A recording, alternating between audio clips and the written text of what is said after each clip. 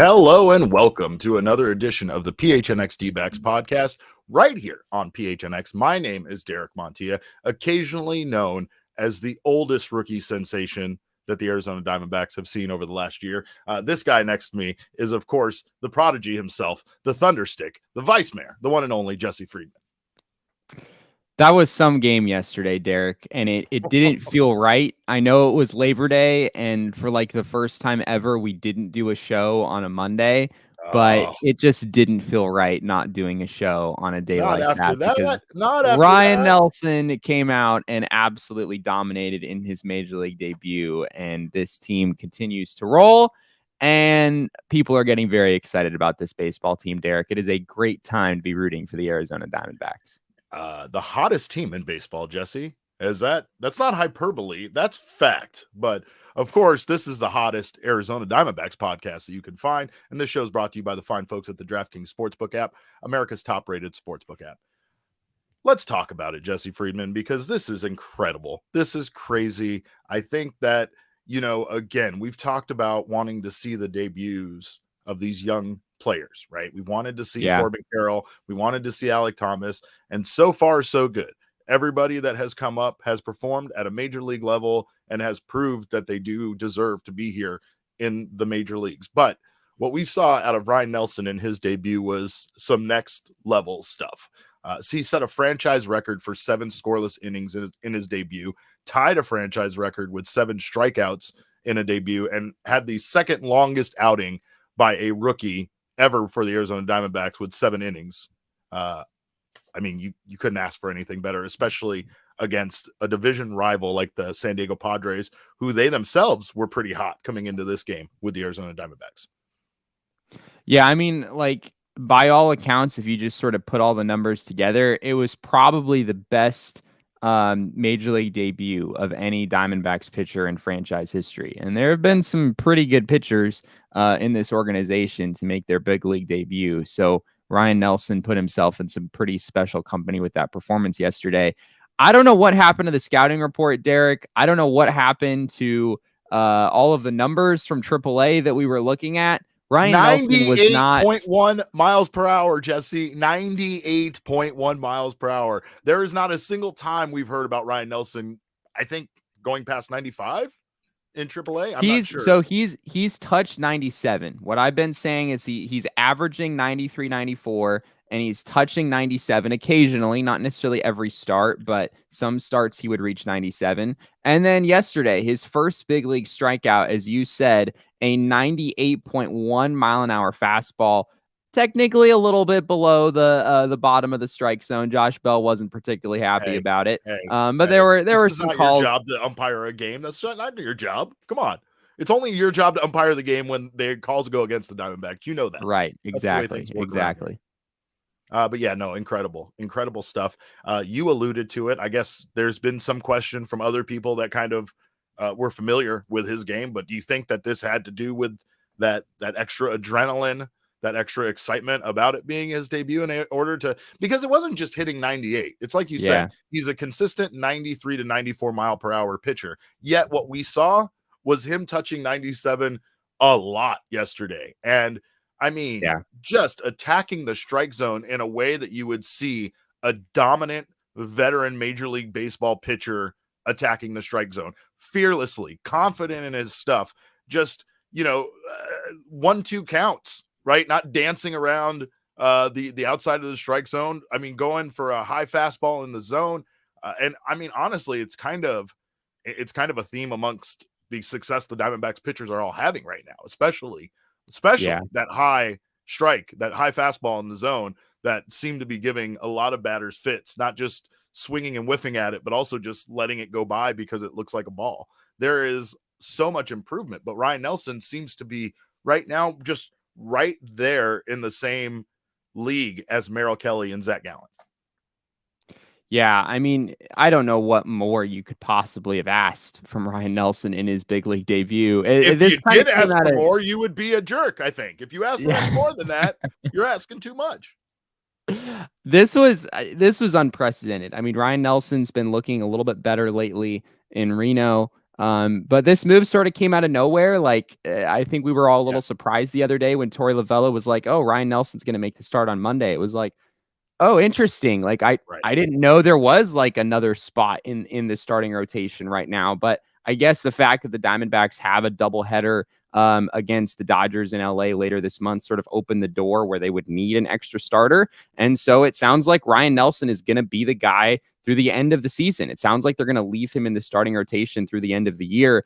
And I think a lot of people are excited about that, Derek. I mean, who wouldn't want to watch more of this guy yesterday, who, like you said, is just pounding the strike zone the entire game. He comes in with a really big spot in the 7th inning. Right, Jurickson Profar hits the triple. He's at third base with 2 outs. Juan Soto's at the plate, and you're like, all right, maybe this is when he like finally gives up a run and like becomes human again. No, he just like chases right after Juan Soto.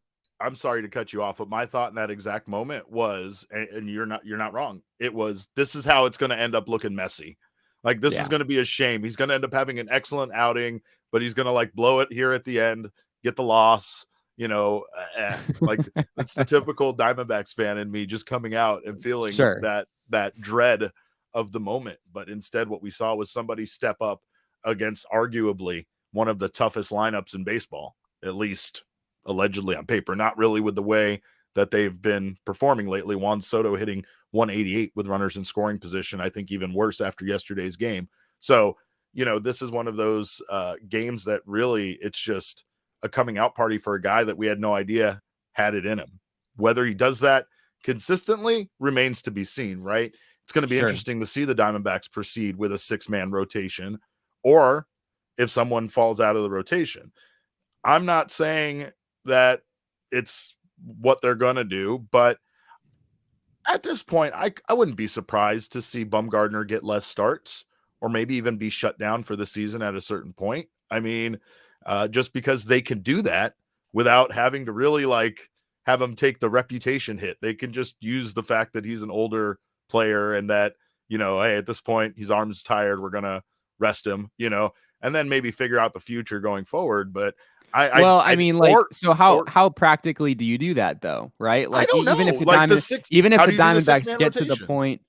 Well, I mean, like right now they have 6 starting pitchers on the active roster, right? And they have the 2 extra spots from it being September that they can work with on the active roster. The tricky thing with trying to shut down MadBum, Derek, is that like you got to do something with him. You're not just going to have a guy on the active roster who never plays. So you probably have to come up with like a mystery injured list stint, essentially. And you can't send a guy onto the injured list with I guess you could do like an arm fatigue sort of a deal, but they might want to get a little bit more creative with that. I don't know. They have to do something with him.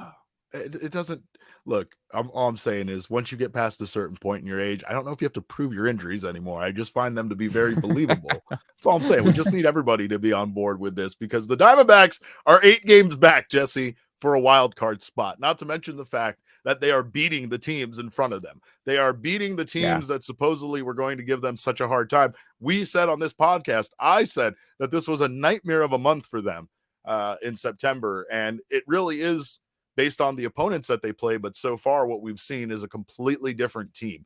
You brought up Josh Rojas and these players being excited about the challenge to play teams like the Padres, to play teams like the Los Angeles Dodgers.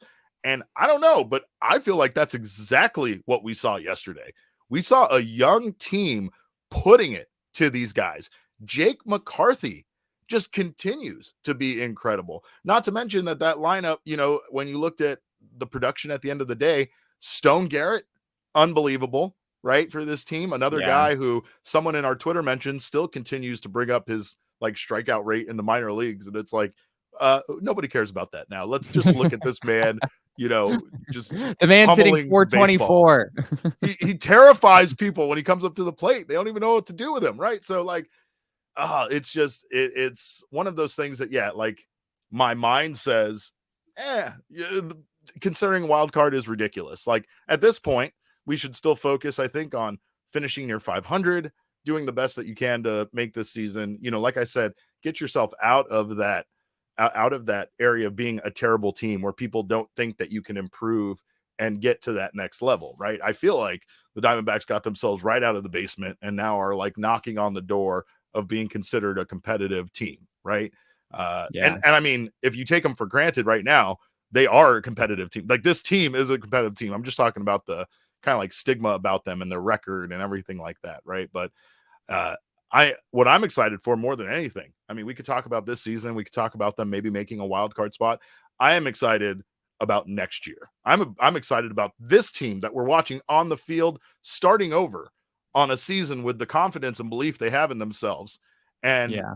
starting with a clean slate. This year it's kind of gotten away from them a little bit. And there are pieces of this team that no matter how many opportunities they were given have not worked out, right? But then there's more players, there's more pieces to this team that have worked out than the ones that haven't. It's just identifying those. And in the case, it's, guys like Mark Melancon and Madison Bumgarner, guys that you thought you could count on and you didn't know what you were going to get out of the younger guys. And now it seems like the younger guys really are the ones that this team can count on. You pointed out in a tweet that the team that beat the Padres yesterday was basically the starting lineup in Reno yesterday. So it was their opening day. So on opening day for the Reno Aces this year, Alek Thomas was in the starting lineup, Stone Garrett was in the starting lineup, and Ryne Nelson was their opening day starter. And through the 7th inning of yesterday's game, Ryne Nelson had thrown all 7 of those innings, and every guy who had either scored a run or driven in a run in the game up until that point, it was Alek Thomas and Stone Garrett. They'd done all of the run scoring. So it was basically the early 2022 Reno Aces just coming out and beating a very formidable playoff contending team in the San Diego Padres. It was remarkable what this team was able to do yesterday. I can't get enough of them. I mean, watching yesterday, it was, like I had a sense of dread all game long. I think because I couldn't believe what I was seeing. I was seeing not only a young pitcher come out and dominate on the mound, but I was seeing this team, do what they needed to do in those moments, right? Jake McCarthy stealing 2 bases in the game, Stone Garrett's home run, just all of the moves that they make to put themselves in scoring position, to keep the pressure on the defense, to keep them honest, keep them from shifting, all of that stuff. Like, there is a lot to this team now, and its athleticism that changes the way every team is going to have to play them defensively. And Chris Melton in the comments says offseason is going to feel so long. Not as long as last year, Chris. Not as long as last year. Let me say from experience. But of course, if you guys haven't had a chance to do so, make sure to check out Jesse's wonderful writing over at gophnx.com. Of course, we have an incredible lineup of writers covering all the Valley sports. And if you haven't had a chance to sign up yet, make sure to check it out. Jesse's dropping free articles all the time. So if you haven't checked out his work, make sure to do so. Get a sample of that and then get yourself an annual membership. You'll get a free t-shirt over at the PHNXLocker.com with the annual membership. You can get this guy, the ASU guy. Jesse's got the Seth Cerveza gem on. All sorts of shirts for you to pick from. Also, you can get yourself a month-to-month membership, and you'll get your first month for just 50 cents. Regardless of your membership status, you will get access to our members-only Discord, which our friend Chris described as being one of the best benefits of being a part of the PHNX family, as well as members-only discounts over at the PHNXLocker.com. And also, while you're here, if you're watching us on the PHNX Sports YouTube channel, make sure to subscribe to the channel, sign up for notifications. That way you don't miss whenever any of our shows go live, and leave us a little thumbs up. Just because thumbs ups are cool. Like, it makes me feel like you like us. That's all. And speaking of liking things, here's something I like a lot, Jesse, is saving money on tickets to sporting events, because it's that time of the year. It's the perfect storm here close. We're going to be in the month of October soon. I know NFL, college football, it's all going on right now, but in a month after that, October, mid-October, November, all the sports are happening, and you can get your tickets over at our friends at Gametime, the hottest new ticketing site that makes it easier than ever to score the best tickets for sporting events, concerts, shows, whatever you're into. I've been to some great shows over at Gamage, some Broadway shows. I'm not a big Broadway show guy, Jesse, but I've had some fun over there at some of the. I go to the stuff like Lion King. I go to the stuff that I can identify the IP. I'm not going to a pure musical, but I will say that some things they're incredible shows. So if you want to get up to 60% off your tickets when you buy them last minute, like I do because I'm a procrastinator, go over to our friends at Gametime. If you love us at PHNX, you'll love Gametime. So the best way to support us is by buying your tickets through the link in the description below. Jesse, we can't have a week where we don't do the thing, right? Because of course, every week here on the PHNX Sports Dbacks show is Shark Week. Every day here on the PHNX Sports Dbacks show is Earth Day. And every Monday we go to the mailbag, but we didn't do a show on Monday. So on Tuesday, we're going to the mailbag. My mailbox, always something interesting in my mailbox. I try to get to everything in my mailbox, and then once in a while there's a letter that makes me go wow, wow, my mailbox. And I know my first letter makes me go wow, Jesse, because put it up there, Leah. Our first question comes from our friend Gabriel, and Gabriel asks, of course, how many games do we need to get past the Dodgers in the NLCS, or is it a clean sweep? Also, I might be lit on Korean rice wine and German beer, but that's beside the point. No, I don't think it's the alcohol talking. I think it's the 5-0 win over the San Diego Padres talking. And I don't know. This is all crazy. But I'll say that it's gonna take the whole series, is what I'm saying. It's gonna go 7 games against the Dodgers to get past them. But Jesse, I don't know. Talking playoffs seems crazy. It doesn't even seem statistically possible. But when you look right now at the wild card standings, at least, the Diamondbacks seem to be the last viable team that could make it in. There's quite a difference in record between them and the Colorado Rockies and the Cubs, which I believe are the next closest team. Diamondbacks are 8 games back. Those teams, I believe, are 17 games back. So it's almost like those teams are really the numerically, statistically eliminated teams. Right. I know they're not yet, but that's basically what those are. Diamondbacks are right on the edge, but it does still seem crazy to think about, this team potentially making the playoffs. The only thing that I can say that bodes well for them is they do play the Milwaukee Brewers more. They have 3 more games against them, and they play the Giants, which right now are a half a game ahead of them in the standings, and the Padres, which currently hold a wild card spot, a whole lot still before this. The end of this season. And Brian Abdallah says we need a lot to go right, and that's exactly what it is. We've seen collapses like this, but I feel like and someone made the comparison before on this, but definitely feels like the bubble Suns. It feels like the bubble Suns because it feels like all of a sudden we know who this team is. They're winning games, they seem excited, and it feels like they're going to go on a run here at the end of the season that's going to excite us even more, but then just come up short of making the playoffs. That's kind of what this scenario feels a bit like. Yeah, so I looked at it like 2 weeks ago. So the Diamondbacks have played really well the last 2 weeks, right? And so if you look at the standings about 2 weeks ago, the Diamondbacks were 11.5 games out of the wild card. And now they're 8 games out of the wild card. And so, realistically, it's like, yes, the Diamondbacks were playing so well over that stretch, but they only made up 3.5 games. Yeah, and so it's like, all right, there's just so many moving parts. It's not just that the Diamondbacks have to win basically every game. It's that, the teams in front of them, the Brewers, the Giants, and then the 3 teams that are actually in the wild card race, they need some pieces there to move in their favor as well. It's going to be pretty tough. The other slight issue with what Gabriel proposed is that the Diamondbacks would definitely play the Dodgers in the NLDS, hypothetically, if they actually made there. There's really no scenario where they see them in the NLCS, which I know that's sort of just semantics, but who knows? It's a fun time to dream on this baseball team. It's a fun time to dream on the baseball team, and I don't want to ruin that for anyone right now, because this is a team that is worth dreaming on, right? I mean, and even if it's not this season, maybe we're more talking about next year realistically, but the Diamondbacks, Derek, are 25-17 since the All-Star break.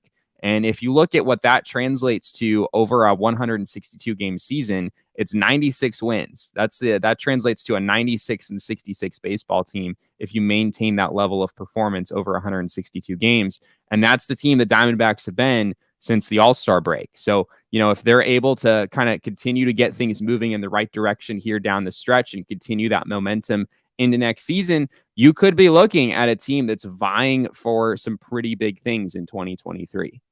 Something dawned on me just now when you were talking about this team, and it's different than them just being successful. I feel like, for me personally, I want cards, baseball cards of the players on this team, Jesse. I want their jerseys. I like I want to root and be a fan of these guys. When people see us tweeting from the account our ridiculous memes and nicknames, it is because me and this guy are running around our houses screaming just like you guys are about how exciting these guys are. I mean, we're not allowed to do that in the press box, over though we want to. Every once in a while, me and Jesse high five and we get a bad look from other people, but that's just because we know what's good for business around here, right? We know that the Diamondbacks winning is good for us as a show that covers this team, but more than anything, it's a deep down fan part of us that are like, we're just so excited to see this team be this. I mean, I can't think, it's like, I've liked the guys on the team, but I've never felt like I was this much of a fan of them. And especially considering how much older I am than most of these guys, that feels weird. That feels weird. I could be a dad or at least an uncle to Corbin Carroll really easily, and that's not cool. But anyway, we're gonna move on before I get depressed thinking about that. Next question, actually, next two questions are somewhat similar. They're both related to our short king Dalton Varsho. First question: can Varsho play second base? He kind of looks like he could, and he picks it well behind the plate. I just want to see Varsho rake. That's Rake McCarthy.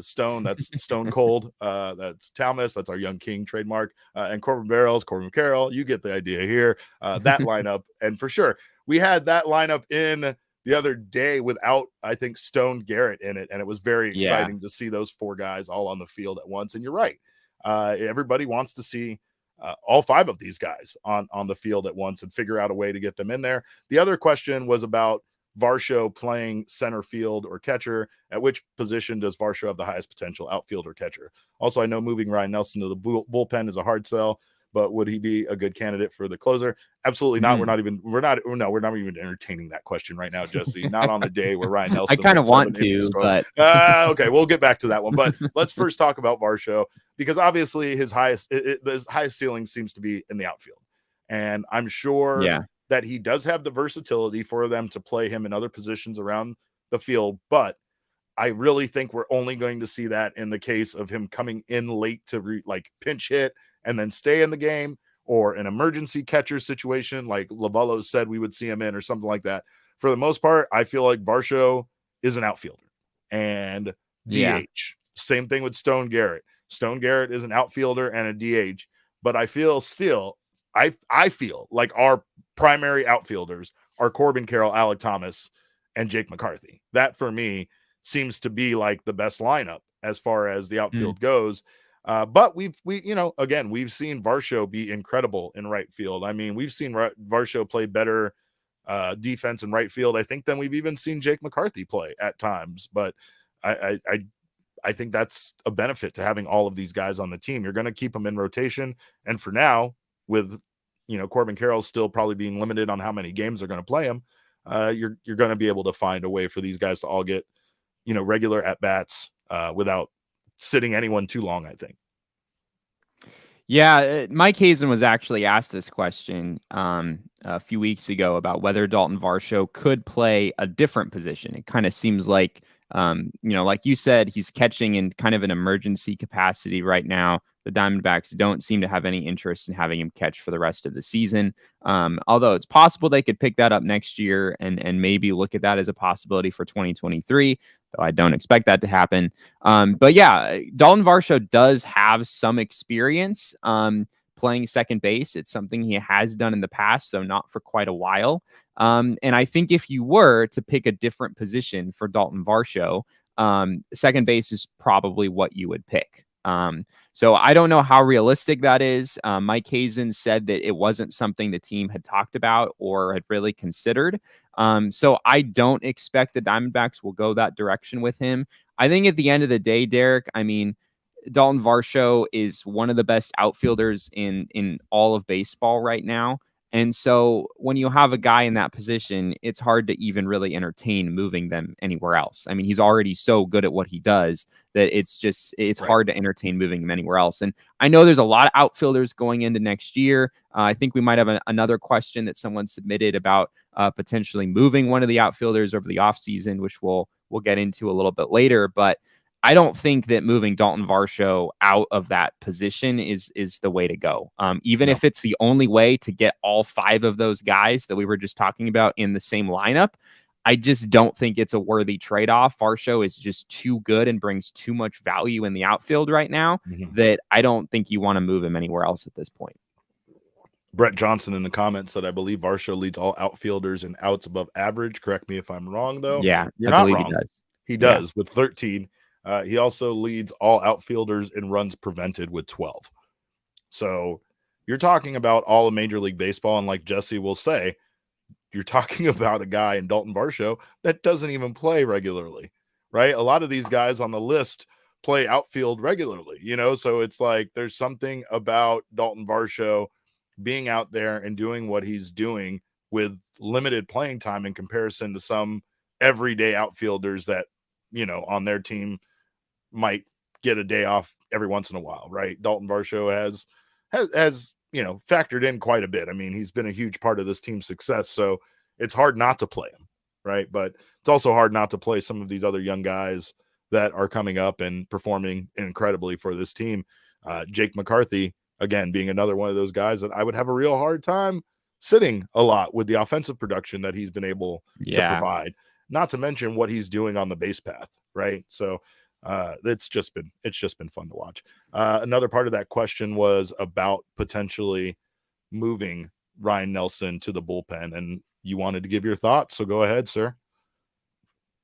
Yeah, Ryne Nelson is you could maybe see yesterday why people have projected him to maybe be a better fit in the bullpen in the long run, just because of his delivery, right? And not to take anything away from his performance, he was outstanding in that game, and there's no way the Diamondbacks are going to move him to the bullpen right now, after seeing him perform like that as a starter. But there is some reliever risk here, just based on the fact that he has one of those sort of high effort kind of deliveries out there that might make it a little bit more difficult for him to last in a starting rotation long term, year after year. I also think, Derek, that just frankly, if you were to put Ryne Nelson in the bullpen tomorrow, he very well might be the most effective reliever the Diamondbacks have, or one of the most effective relievers the Diamondbacks have right from the get-go. His stuff is really good. They don't really have anyone down there, frankly, who can throw 97 miles an hour and control it to the degree that Ryne Nelson showed he can. So I think it's a move that the team might seriously consider at some point, but we're not there yet, right? Ryne Nelson, it sounds like, is going to be in the starting rotation through the rest of the year. As well, he should be, after throwing 7 scoreless innings in his big league debut, right? Like, you're not doing that right now, but it's something to watch. It's something to watch moving forward. All right, next question. What do we got? Harley asks, quick offseason preview. Any potential big signings, or more likely to offload some of the minor league talent, namely outfielders, for pitching? Is it reasonable to expect a very different bullpen, also considering how the moves over the last couple of weeks with Ramirez and Davinsky DFAs? Yeah, those have been actually surprising to me. Noe Ramirez was a very bright spot for this bullpen last season, and even at times this season, but obviously he has not been reliable as of late. He has not been consistent as of late. Chris Davinsky, same thing. He just had some bad outings just pile up in a row, and it seemed like, I don't know. It seemed like the Diamondbacks were going to be more patient, but with what's going on, hey, Brandon Fott, he's always this guy. He's always bothering us. The amount of talent that they do have, right? Like they very easily at this point could, I guess, do something significant to make this team better. I just don't see them. I don't see it happening, Jesse. I don't see them making any big moves. But the question about the bullpen, it's hard, right? The bullpen question is hard because if the Diamondbacks right now try to address the bullpen, there are players like Melanson, You have Bumgarner. That these guys are under contract. Not that Bumgarner's in the bullpen, but you have some guys that are ineffective that have big contracts. And like you said, what are you going to do with them and their contracts? If you're not going to play them, they're not going to be a vital role of this team. You might as well, I guess, do something dramatic like try a trade where you're pretty much offloading them and not getting anything in return, or DFAing them at this point, because I mean, the bullpen especially seems to just continue to be a disaster. Ian Kennedy, he's a free agent after this season, so the Diamondbacks might not, pursue him. But I would definitely see the bullpen at this point being the primary focus, even more so than the starting rotation for this team in the offseason. Yeah, Ian Kennedy has a club option, so the Diamondbacks can bring him back if they want to. I want to say it's $4.5 million, something like that. I don't know if they're going to pick up that option. They might, but they also might not. Ian Kennedy's had a pretty good season all in terms of like the ERA looks pretty good, but some of the peripherals there are pretty concerning. So I really could see that going either way at this point. But yeah, I mean, the Diamondbacks are not really in a position to bring in, some big name free agent. I don't think they're at that point yet. They still have so many young guys coming up. I know people are talking about Brandon Pfaadt in the comments right now. He being one of them. Like, there's a lot of talking different... about himself in there. Yeah. Let's bring his comment back up. Brandon Pfaadt says also, there's a guy named Brandon Pfaadt who's quite literally a possible ace and a 1 to 3 rotation guy who hasn't been called up yet. You're not wrong, pal. We know all about you. You're not wrong. You're not wrong. And I totally agree. I mean, if you were to just look at the raw numbers, like Brandon Pfaadt has been outstanding in AAA, even when Ryne Nelson has kind of had his ups and downs there.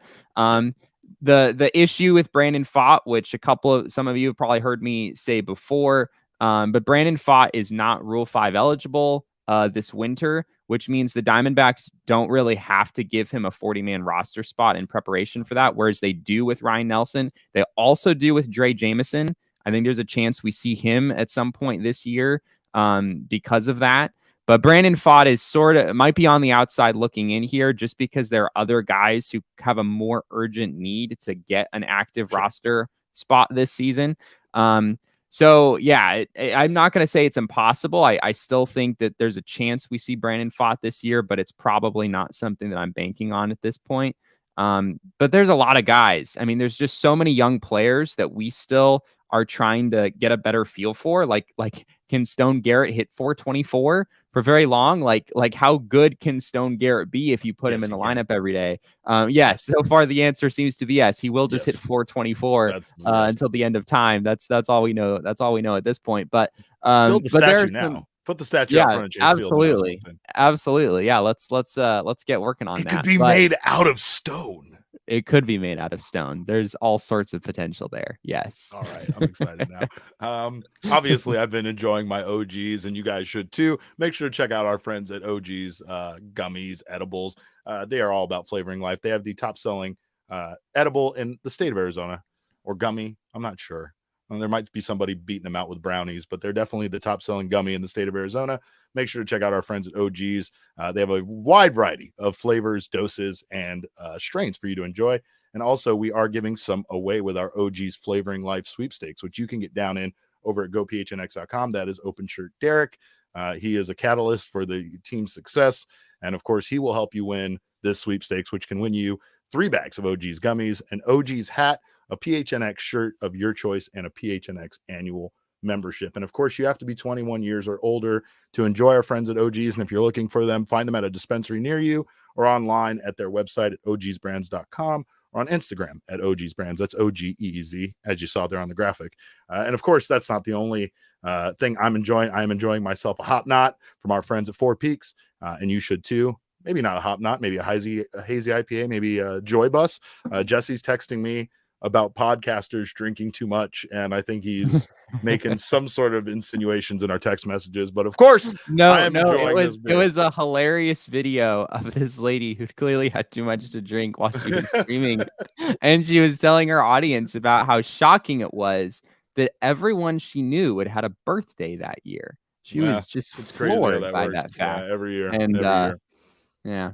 Yeah, it's something. It's something when you realize that. But of course, join us this Saturday starting at 3:30 p.m. for the ASU watch party as the Sun Devils, which I am decked out in right now, take on Oklahoma State. You can join us at the 8th Street Pub for Four Peaks. Enjoy food and drink specials and one heck or hell, I'm saying the hell word, hell of a good time on a massive screen. Check our link in the show notes. To sign up for free, must be 21 or older to enjoy Four Peaks and enjoy responsibly. Remember, you can bring the family to Four Peaks 8th Street Pub, but only the 21 years or older people can enjoy the wonderful beer. Jesse, we got more questions in the mailbag, of course. More Mailbag Tuesday questions. What do we got, Leah? What are your hopes on Dbacks making the second wild card? I will say third wild card, right? There's 3 wild cards. That would be rad if they got the second one. Yeah, I mean, that first one, the Atlanta Braves are running away with at this point. I feel like that one is already going to be given to whoever loses that division, right? But I don't know. I think I as silly as this sounds, I mean, you should be excited if your team makes the playoffs. Anything can happen. The role that this team is on and the way that they found themselves, good luck facing a 1-2 punch of Zach Gallen and Merrill Kelly in the playoffs, right? And I don't know who would factor in as the third. Maybe it's Ryne Nelson at this point with the way he's pitching. If he keeps this shit up, he absolutely would be the third, right? So I don't know. I don't know how excited I am about them getting to the playoffs. I kind of believe in this team and what they're doing, but it is one of those things that, like, I feel a bit of patience. I almost feel like I am more excited about next season and beyond than I am about how this season particularly wraps up.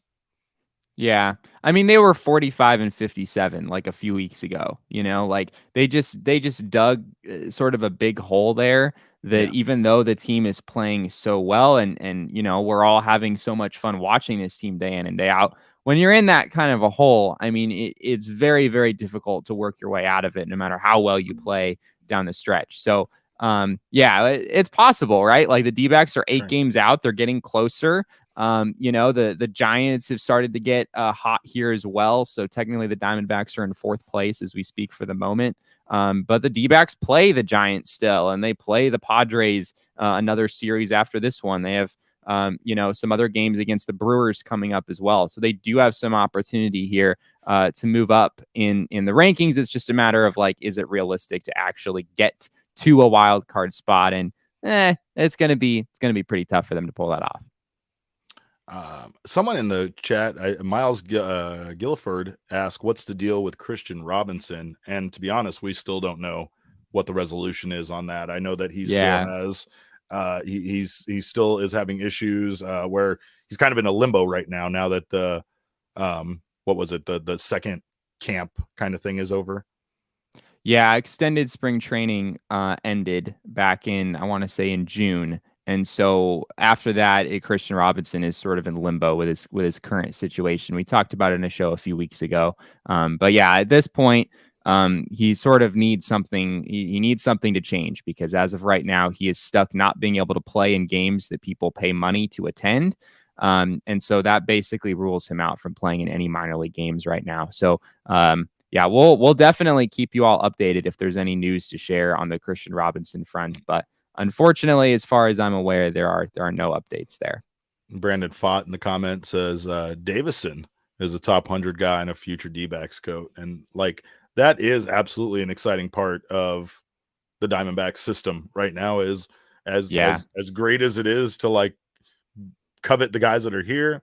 You have this entire line of guys that including Brandon Fott, who you can't wait to see and see Brandon Fott. Brandon Fott is, I mean, he is just pitching extremely well in AAA. We're just gonna pour it on in case it's the real Brandon Fott. Like we're 99% sure it's not, but if it is, we just want you to know we love you, buddy. All right, next question. All right, you need to build a four-man 100-meter relay team for the Olympics using the Arizona Diamondbacks. Jesse, who is your 4? Okay. I mean, so Corbin Carroll, Alec Thomas, and Jake McCarthy, I think are all pretty clear candidates. Obvious. The 4th one is a little bit harder to say. Josh Rojas is fast. Nope. I want to say, according to the sprint speed metrics, I think Stone Garrett is actually very fast. And Wow. I believe he's like 80-90 percentile with sprint speed right now. So the sample size there is pretty small. I'm not sure if there's You're some weird going things for an happening with the intimidation numbers. factor, I feel like. I absolutely am. Apparently yesterday, and this sort of made my day, there were people at the Padres game, like in the stands yesterday in San Diego, who were like audibly like gasping at how ripped Stone Garrett was every time He's a he big came to the fella. plate. Which I can confirm, he is about as ripped of a baseball player as I've ever seen in my life. But I'm gonna go Stone Garrett as my fourth member of the crew. I'm taking Cooper Hummel, Jesse, Okay. as my fourth Okay. member. Cooper Hummel actually has the third fastest sprint speed on the Arizona Diamondbacks, according to metrics that I read. And not only that, but how are we structuring this? I mean, Corbin Carroll is your anchor, right? You got to have Corbin Carroll at the back end, Jake McCarthy at the front, and then the other two guys in the middle, right?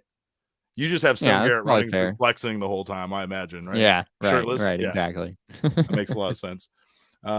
Stone Garrett is the best hitter's name since Barry Bonds, without a doubt. I mean, it might even be better than Barry Bonds. I don't know. We need metrics on that as well. Next question.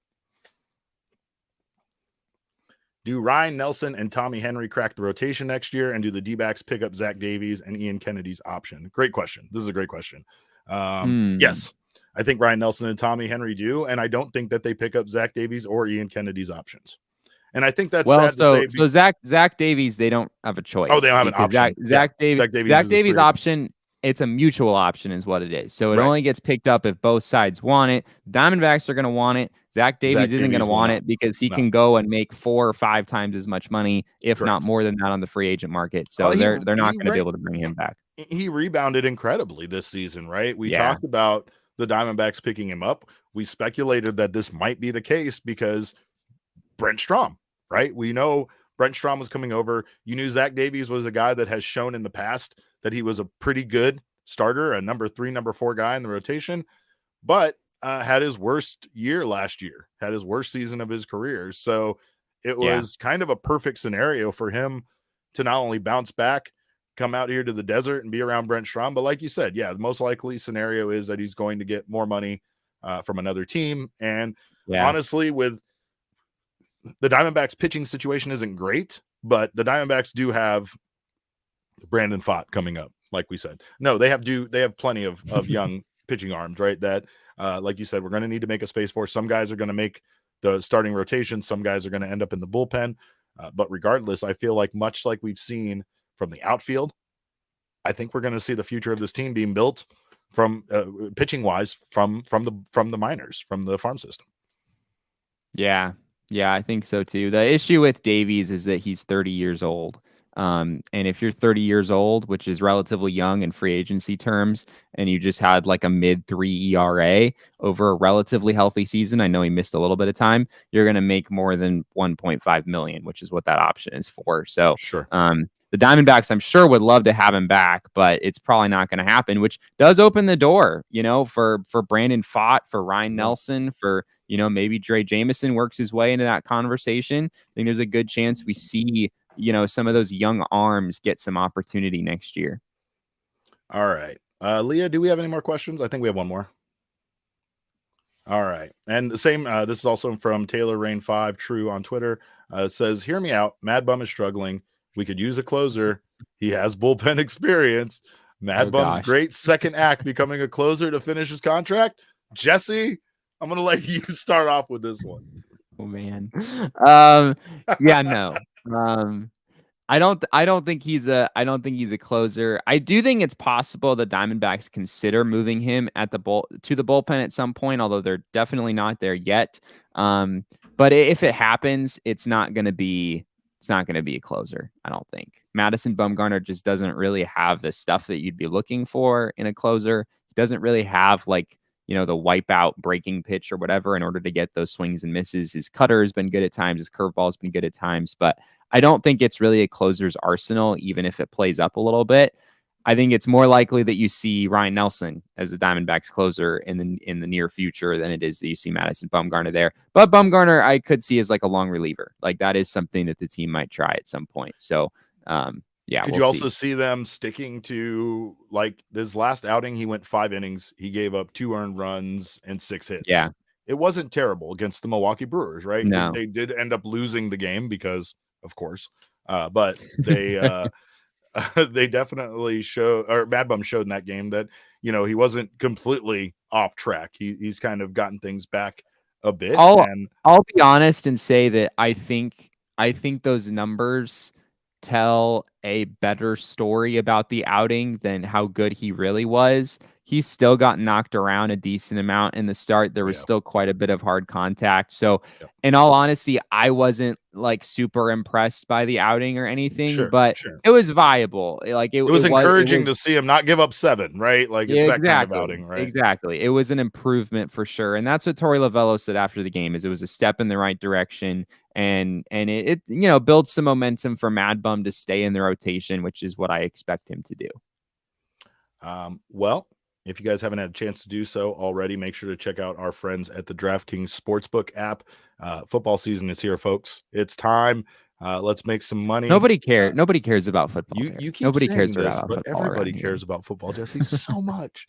Even baseball fans care about football, and you know it. The first week of the NFL season is here. DraftKings Sportsbook app is hooking our fans up with using our code of PHNX. Right now, new customers can bet just $5, and you will get $200 in free bets instantly. And as an added bonus for week 1, everyone can experience the thrill of DraftKings early win promotion, which I've been talking about.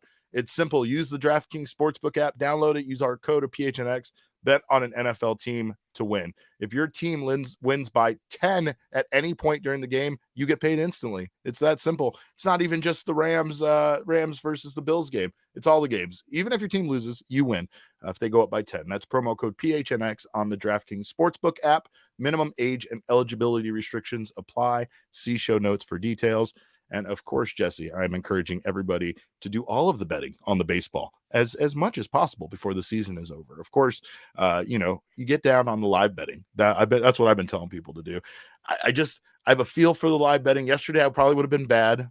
Yesterday, I probably would have lost because there were several situations where I felt like the Padres were going to start racking up some runs on the Diamondbacks, and Ryne Nelson proved me wrong. Saved me some money by, you know, looking so good that I hesitated in pulling the trigger.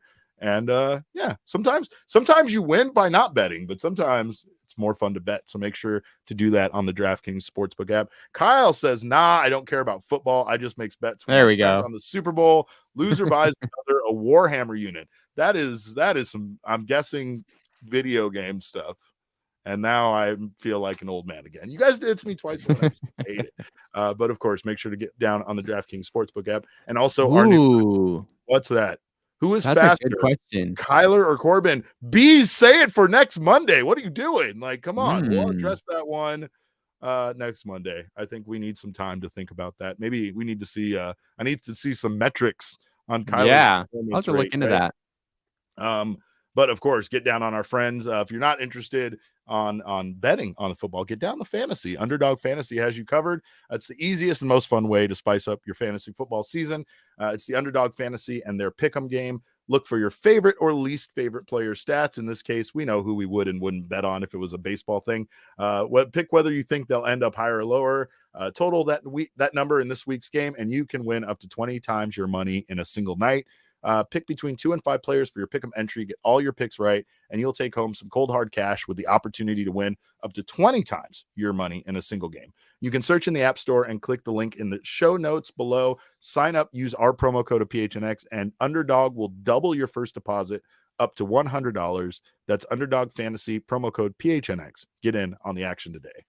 And Jesse, I'm excited to get on the action. I can't wait. There's not enough baseball games left in the season.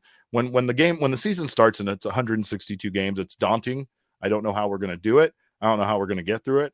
And now here we got 28 games left in the season. Not even that many home games left at Chase Field. And I can't wait to get down there because of course our new office is right around the corner. When I come out of our parking garage, I can literally walk up the street right to Chase Field It's so exciting. And I'm so excited for you guys to see that new office. Of course, we're working on Friday this week just to bring you an episode from that. We don't work on Friday. This guy doesn't work on Friday. Look at him. Oh, but we are doing it this Friday so that we can show you our beautiful PHNX Sports Studio, where we will be bringing you our live show from at least 4 times a week. Sundays are still remote, but we'll be there in the office all the time. And we thank our friends from More Furniture for hooking us up and making our office so beautiful. These recliners, guys, I can't stop talking about these recliners. They're amazing. But of course, make sure to check out our friends over at morefurniture.com for the best deals in furniture. And of course, get yourself one of these amazing leather recliners, because they are fantastic to watch football in, which Jesse's going to hate me saying. But again, we thank you guys so much for joining us and being here. And we can't wait to come to you live from Friday on Friday from the new studio. We will not be doing a show on Thursday. We will see you back here tomorrow on Wednesday for our post-series show. Hopefully, we'll be celebrating a sweep of the San Diego Padres. I can't even believe those words just fell out of my mouth, but I might want to pick those back up and put them back in. Of course, you can follow us between now and then. I'm at Cap_Caveman with a K. Jesse is at Jesse and Friedman. Our show is at PHNX_Dbacks. But of course, all roads lead to at PHNX_Sports on Twitter, Instagram, and Facebook. We thank you guys again for joining us here live. We appreciate your time and spending your lunch with us. On behalf of Jesse and myself, let's go Diamondbacks. And remember, kids, baseball is fun, but it's so much more fun when the young guys can go out there and smoke the Padres.